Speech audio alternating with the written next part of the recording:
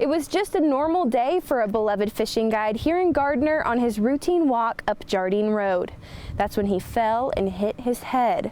His wife says everything was fine until a few days later. It was just disbelief. 12 hours ago, we were perfectly fine and living this amazing, awesome life together, and now I'm watching him leave, basically. Just complete shock.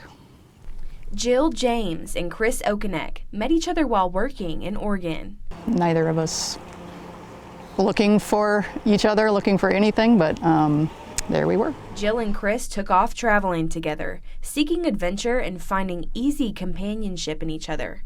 In 2019, that's when they decided to plant roots in Gardiner. Jill says Chris completely immersed himself in the close-knit community of Gardiner, which sits at the corridor of Yellowstone National Park.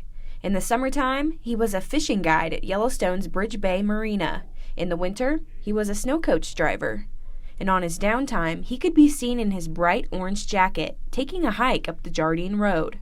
It's a pretty steep hill, so it was a good workout. On March 5th, Chris embarked on a walk up the Jardine. Just like he did many times before.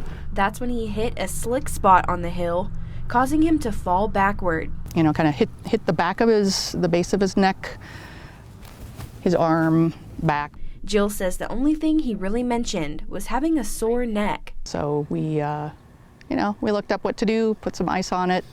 Otherwise, he was fine. He went for a walk after that. He came home and cleaned the floors. But the following day, things took a sudden, unexpected turn. He had suddenly started vomiting and seeing spots. So we took him to the clinic. It became immediately clear he was declining pretty quickly. So they drove Chris to the emergency room in Livingston, where they began running some tests. And while they were doing the tests is when he essentially, in hindsight, we know that he just had